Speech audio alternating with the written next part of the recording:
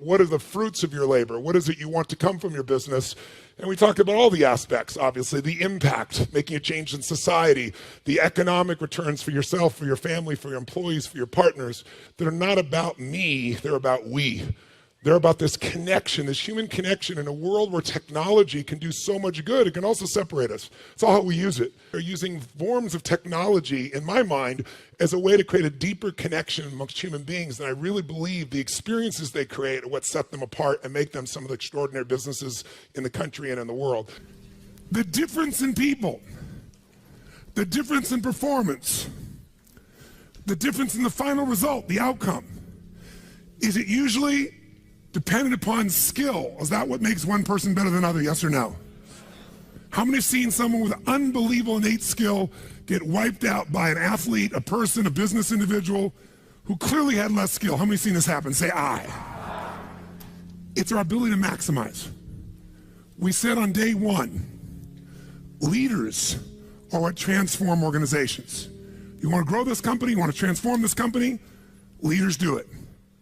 A leader doesn't mean everybody else follows you. It just means that you have a higher what? A higher standard than anybody else does. What'll make you the leader is when you have a higher expectation, not of other people. Anybody can do that. Of whom? Of yourself. So if you want to know what does it take to take things to the highest level, what's going to take to change my business permanently, not temporary, you can go home and you can install some of these strategies, skills, tactics, tools, insights, and see a significant change. But if that change is going to be a lasting company of value that keeps growing, then the things you've learned here have to become the standard for your organization, not something you did for a period of time. Whenever you look at somebody and say, why are they more successful than anybody else? It's always because of step one, they've raised their standard. If you go back home and you want to change your life in any way, personally, professionally, or your company, as boring as it sounds, as stupid as it ain't it sounds, you might say, I spent all this time, this energy, this money, and you're going to tell me to raise my standards? Yes. Because even though that's not sexy, it is the only thing that creates lasting change. You can go on a diet and you can lose weight, but what will that person eventually do? They'll go where? Back, unless they raise their standard. Now that sounds so trite and stupid and positive thinky or old school. But the truth is, it's the truth. So maybe I can language it in a way that's more compelling to you or more simple. What does it mean when we say raise our standards? It means you turn your shoulds into musts.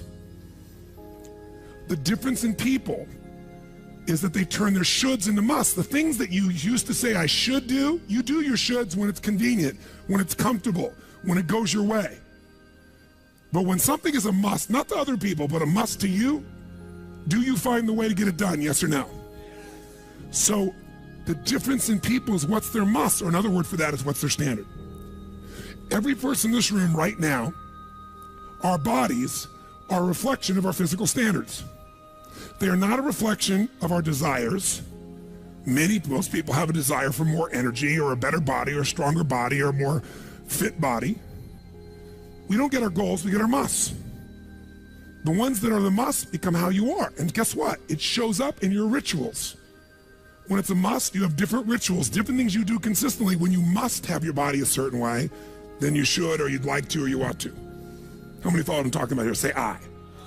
So whether we want it or not, the only way to change your body long term is change what the must is for you. Now, I'm not telling you what it should be. Who the hell am I? I'm just saying maybe it's time for you to take a look. Because many times you set the standard a long time ago, or you lost the standard completely because most of us base our standards by our environment. Who you spend time with is who you tend to become. So if everybody around you is gaining a little weight, or everybody around you is, constantly tired, after a while, even if you had high energy, you don't want to make fun of them or tease them or make them feel bad.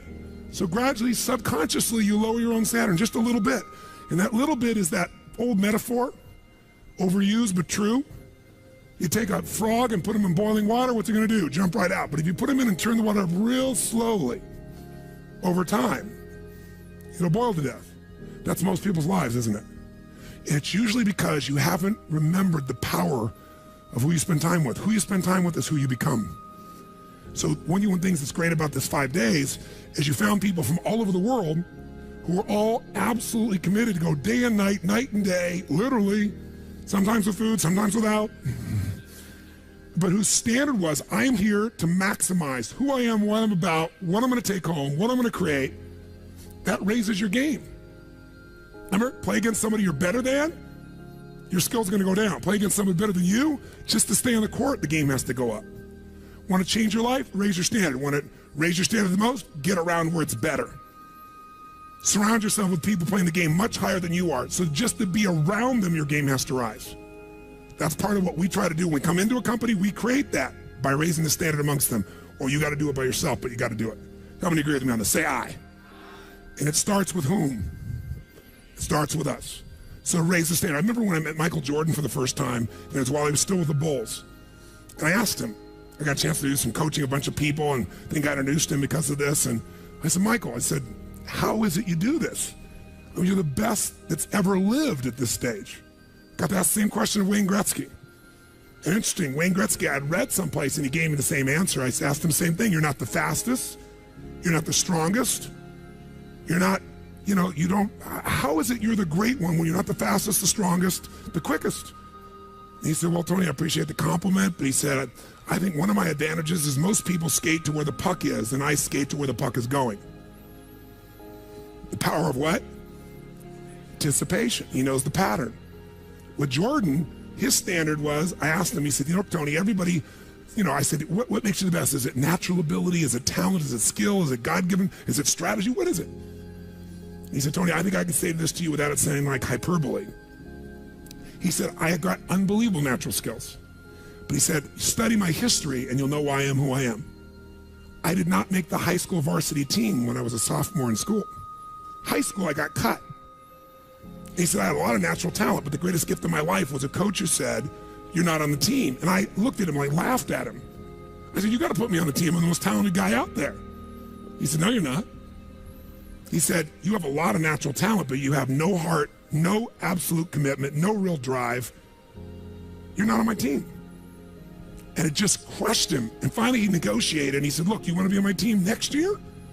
Simple. Meet me every morning before school for a one-on-one practice and I'll take this raw talent and I'll teach you discipline. I'll show you how to raise your standard. And if you show up the whole year, I'll guarantee you a spot next year. And if you don't, probably the same outcome's going to happen when you try out next year. He couldn't believe it. And guess what? Most people don't know. Michael Jordan got up every morning and drilled and drilled and drilled and didn't get to be on the team. And next year he was on the team and he was not only good, he was great. Guess when his career exploded? When he lost again, championship to Detroit. And he was on the bus, he said he was crying in the back of the bus, physically crying, pissed off at all the other players that they hadn't done their job. And something inside of him snapped and realized, crying, whining, blaming everybody else is not the problem. I need to raise my, because he realized that's what did it for him originally. And you know what he did that year? He lifted weights like never in his entire life. He decided he was going to dominate every person, every floor, every place, every spot in the country. He's going to be stronger than anybody. He practiced like he'd never practiced in his life. And oh, by the way, he won how many NBA championships? How many in a row? 3. Retired, came back and won how many in a row? 3. Never anybody in history would even dream of such a thing, especially after retirement. That's the power of raising your standard. But guess who he competes with? Michael told me one time, he goes, Tony, if I competed with other people, I wouldn't be who I am. He said, my competition is with the best I can be. They're trying to compete with me. That's why I beat them. Because they're competing with where I am. But I'm competing with where I can be. Think about that mindset. Think how your life would be different if you raised the standard of what you expected from yourself, not your people, yourself, to that level. How things could shift. It's all about changing your shoulds to musts. It's all about going back and saying, this is how it's going to be. It's like when Gary Vee was here and guys were saying, man, I'm working so hard, man. I work from 9 to 6. He goes, yeah, what are you doing from 8 to 2? 8 p.m. to 2 a.m. That's when you master your craft. I always say to people, it's what you practice in private that you'll be rewarded for in public. People say, oh my God, you have this great ability, this great skill. They didn't see all the hours. This class, this course, I know tons of this stuff like the back of my hand. But if you talk to my team who's exhausted, they'll tell you we're up to 4 a.m. almost every night. To be able to figure out how to provide for you a life cycle and get it to be real so you can think about Nike and give you accurate information about when did they really get to young adult, when they fall down. We had to make phone calls, read financials, do all kinds of stuff. We did all that stuff. We were doing all these things and we've accomplished so much, and I figured out how to make it even better. That level of commitment is what makes you great at what you do and gives you that little edge that makes you stand out from everybody else. And that standing out is what makes somebody absolutely own an industry or brand themselves like nobody else in the world. That process is what this is about. Raise your standard. When you got to go home, you got to say, where are we going to raise the standard? What am I going to take that's been my should and make it absolute must? Where are we going to do that as a team and how are we going to pull it off? Now, who here has ever, by the way, your income right now is a result of your standards as well. It's not the industry and it's not the economy. Who here is making more money today than you made 10 years ago? Let me see your hands. How many feel like it's not enough today? Let me see your hands. And how could that be? Real estate's so cheap now. Computers are cheaper than they were then. You get so much more for your money. Because once you achieve a level, who knows what happens? You immediately, you close the gap, you create a new gap. That's because that's what makes us grow. Who's want to go back to where you were 10 years ago? Not many. Some of you would be, because it's gotten worse in the last 10 years for you. But the majority, there's no way. See, once you're fortunate enough, if you don't like cleaning house, once you're fortunate enough to have somebody clean your toilets, you will not be doing that again, unless you like that. You'll find somebody who loves cleaning toilets and you'll pay them handsomely. Because now to go back and do that, once you've had the privilege of not having to do that, it's a different game. It's a gross metaphor, but who gets what I'm talking about here? Say I.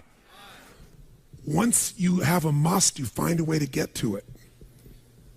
Every one of you in this room is earning what you must earn, not a dime more. Don't get me wrong, you might have big goals, big desires, but it's not a must for you. Because even when the economy crunches, if it's a must, you will find the way. How many agree with me on this? Say I. See, when it was a must for me to get at one level, I did. I remember it was a must for me to finally make $1 million a year. I had my son Jarek going to be born. I swore I would never have a child unless I was financially set, and I wasn't financially set, and he was on his way. I went from $38,000 a year to making $1 million a year in the next 12 months. That was all BS. In my head, I thought all my growing up, all the pain was because my parents fought because there was no money. They would have fought anyway. Because I believed that, though. I raised the standard, made it happen. And then I made $1 million a year for 7 straight years. Even though I built 5 more companies, even though I was helping more people, I made the same amount of money. Guess why? That was my must. At some level above that, seemed greedy. Now, it wasn't like I had this incredible lifestyle. I owned a magical home. I had this place called the Del Mar Castle overlooking the ocean in Del Mar, California. But I was on the road, staying at the Ramada Inn in Milwaukee with shag carpeting and smelly, dead animals on the wall on my birthday. And my maid, she's back at home in the castle going, "Oh, Mr. Robbins, happy birthday. Oh, I can't help thanking you. It's so wonderful. Oh, Mr. Robbins, it's so beautiful here. I was sitting out in the jacuzzi overlooking the ocean. Oh, yes. Oh, I've lost 22 pounds. I can't tell you. It's been so amazing. I get on your Stairmaster and I watch Oprah. I love your gym, Mr. Robbins." And I'm thinking, she's got a multi-million-dollar lifestyle. How many can relate to this in some way, right? So I went from 38,000 to $1 million because I changed my income. It became an absolute what? It was nothing about money. It was about growing. Because I knew to make more, I'd have to help more people. I'd have to expand. And I came up with this goal. I wanted to feed all the people in San Diego that were homeless. First, my goal was 1/3 of the homeless people. And then my goal was everybody. I said, if I can go from 38,000 to $1 million, I should be able to go from $1 million to $3 million in 3 years. And I did it in 12 months. I found the why. I found the reasons. I got a different RPM.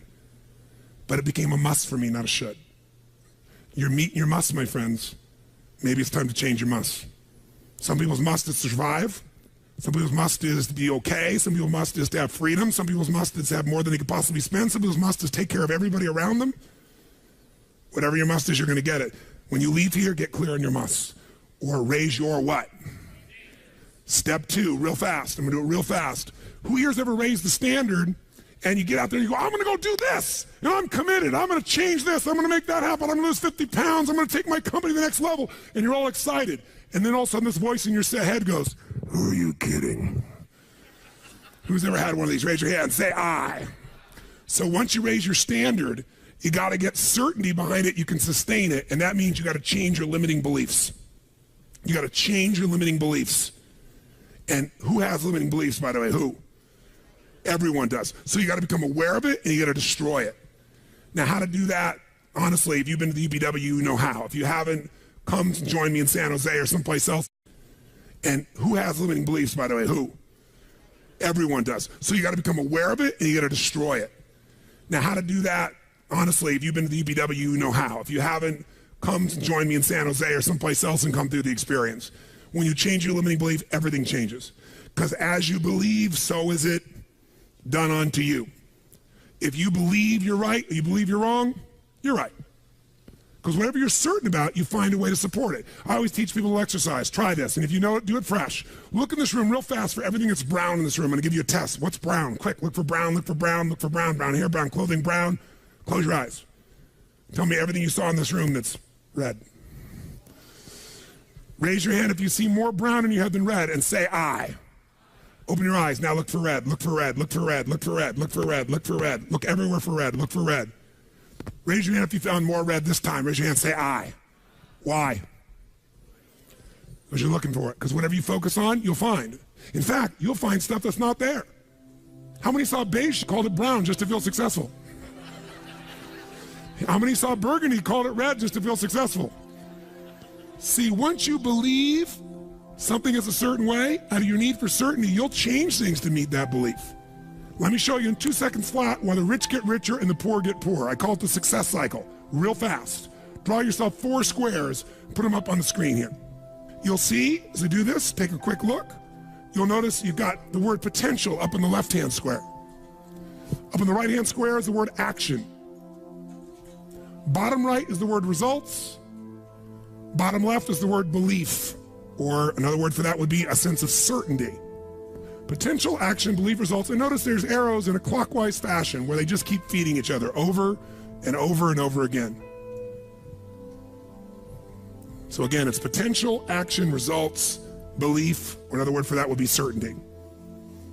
Now, did you ever notice how rich people tend to get richer and poor people to get poorer? And I don't just mean rich in financial terms. I mean people that are rich emotionally. Do you ever notice how happy people tend to get happier? And depressed people tend to get more depressed? How many found this to be true? Say I. It's because the power of momentum and what I'm about to show you. So let me show you something here. What's the potential of any human being? You tell me, quick. Unlimited. Do most people's results reflect that true potential? Yes or no? No way. Why? Because most people aren't taking enough what? But is it possible to take a lot of action and still get lousy results?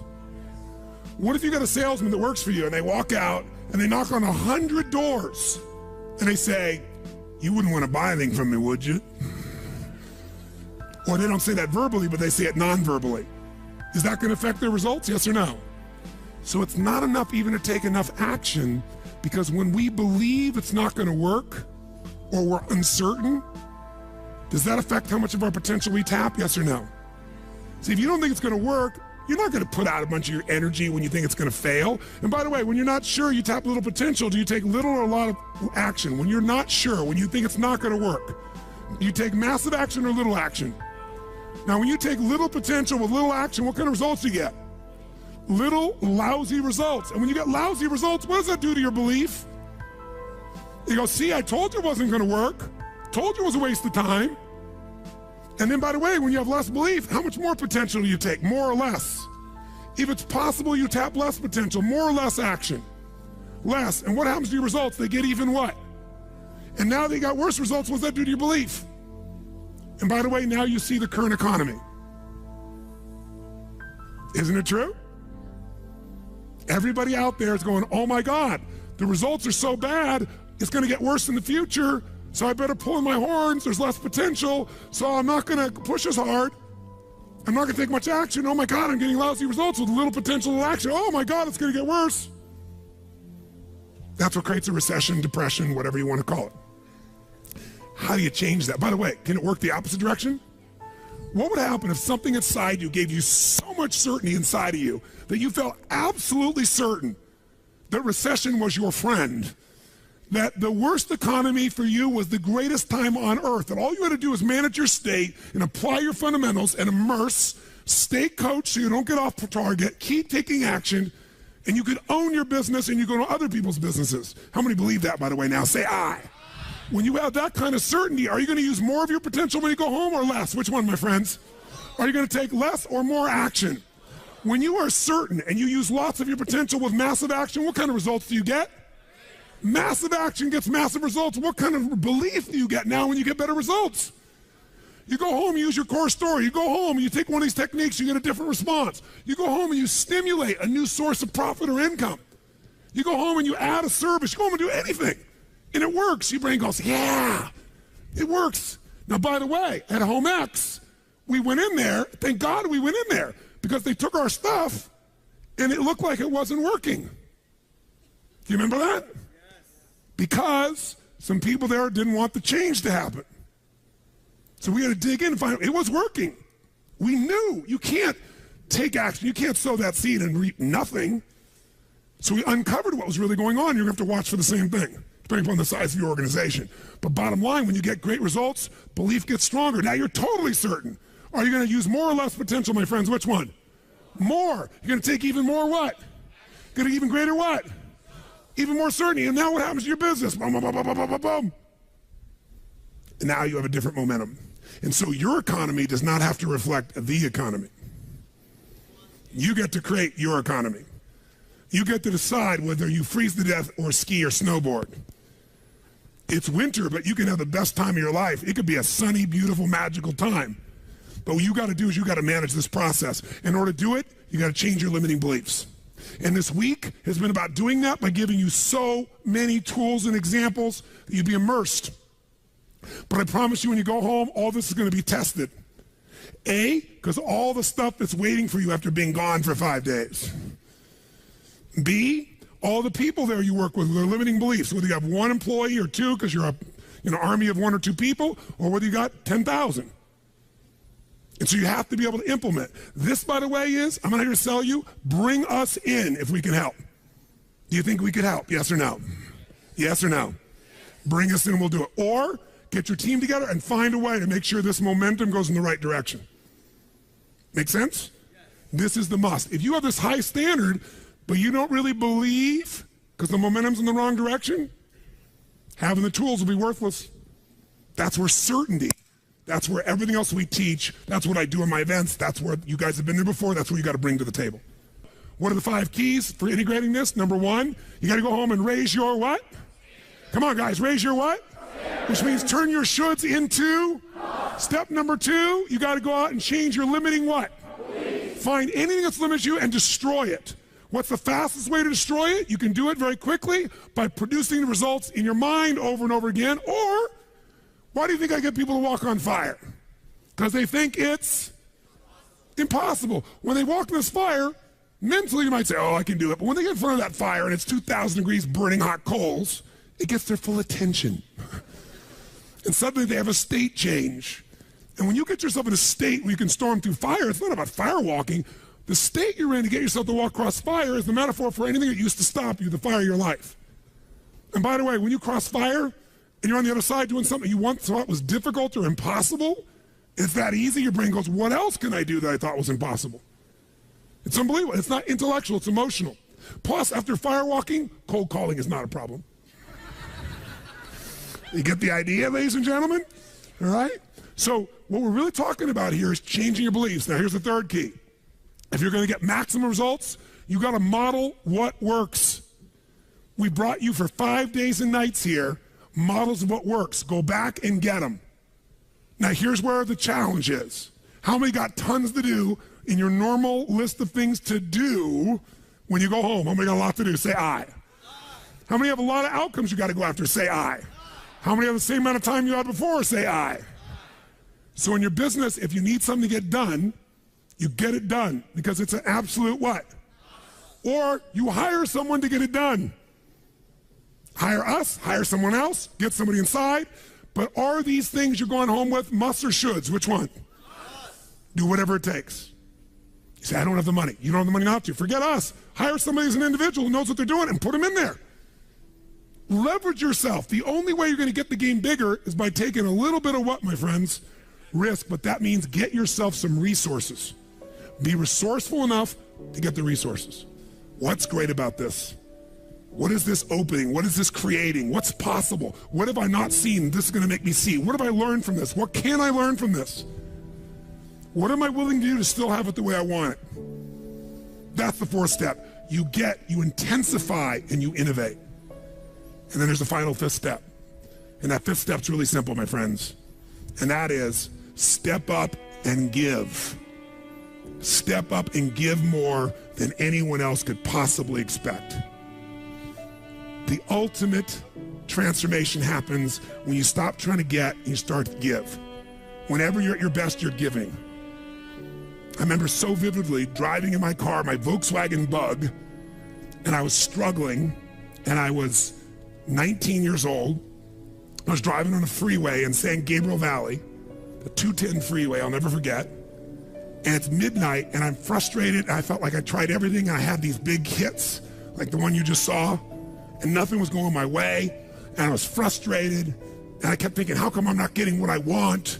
And all of a sudden, it just hit me on the freeway. I pulled over the side, it was almost midnight, no cars really around, grabbed my journal, and I wrote, and I still have the journal to this day from when I was 19 years old, full page, and I wrote, "The secret to living is giving." And I realized why I wasn't doing well. Because I all focused about what I wasn't getting. I was not focused on what I was not giving. And the whole game changed.